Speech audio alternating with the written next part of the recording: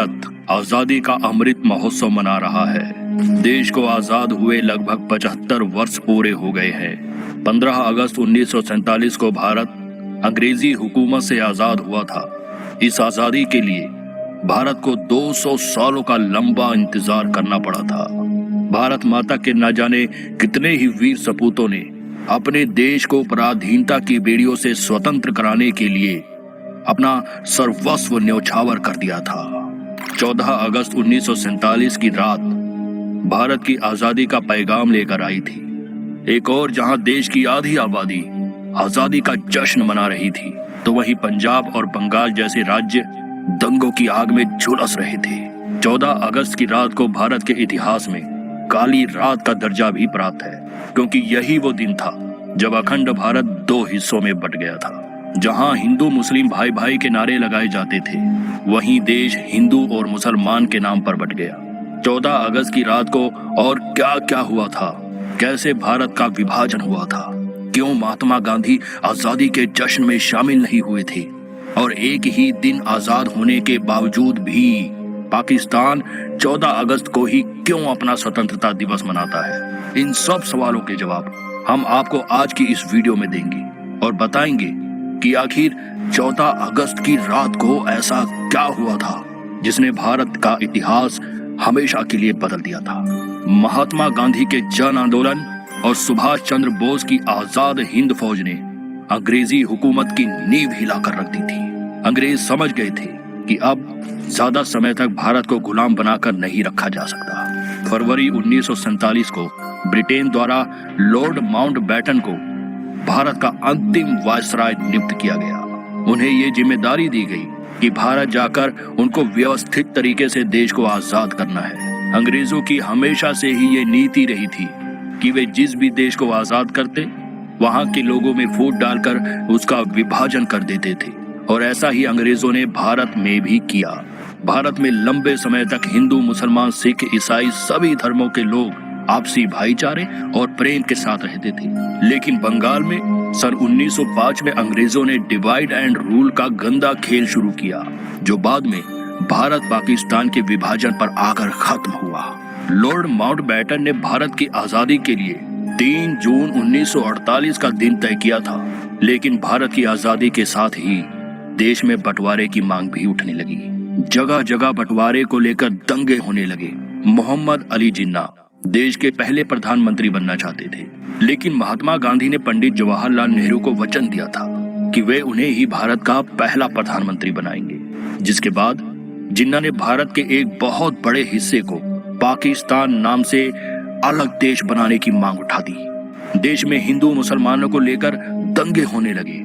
सबसे ज्यादा असर पाकिस्तान और बंगाल में देखने को मिल रहा था। लगातार बढ़ती हिंसा और दंगों के बीच लॉर्ड माउंटबेटन ने आजादी की तारीख 3 जून 1948 की बजाय 15 अगस्त 1947 तय कर दी। 14 अगस्त की रात दिल्ली में तेज बारिश हो रही थी।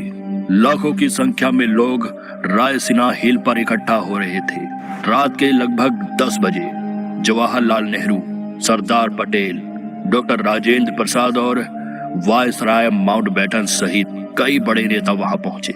वहां मौजूद हर किसी की आंखों में आजादी की चमक नजर आ रही थी। लोग जमकर जश्न मना रहे थे कि इतने लंबे संघर्ष के बाद आखिरकार उन्हें आजादी मिल रही है।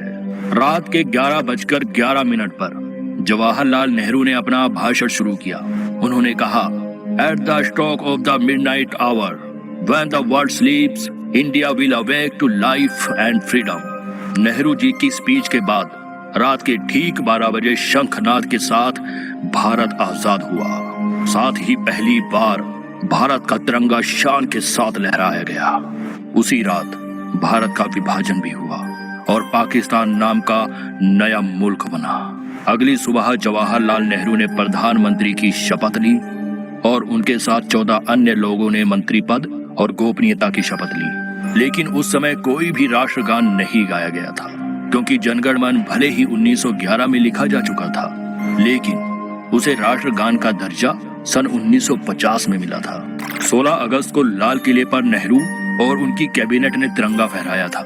17 अगस्त को 1500 ब्रिटिशर्स के साथ पहली टीम अपने देश रवाना हुई। भले ही अंग्रेजों ने 200 सालों तक भारत को कितना ही लूटा हो और तरह तरह के जुल्म हम भारतीयों पर ढाए हो, लेकिन अतिथि देवो भवः की परंपरा हमेशा से हमारे खून में रही है। सभी ब्रिटिशियर्स को पूरे सम्मान के साथ बारातियों की तरह विदा किया गया।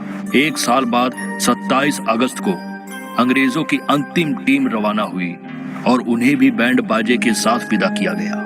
अब बात करते हैं कुछ तथ्यों की, जैसे क्यों 15 अगस्त का दिन ही आजादी के लिए चुना गया।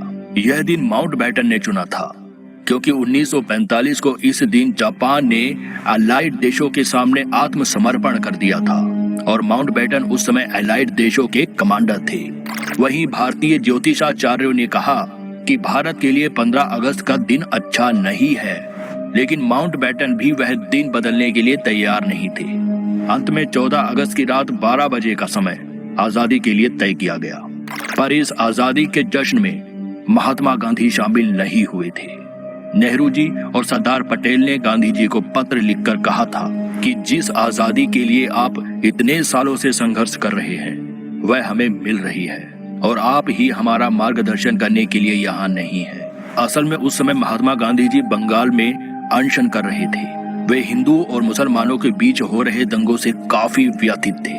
महात्मा गांधी ने कहा कि इतनी हिंसा के बाद जो आजादी मिल रही है, इस आजादी की कल्पना मैंने नहीं की थी।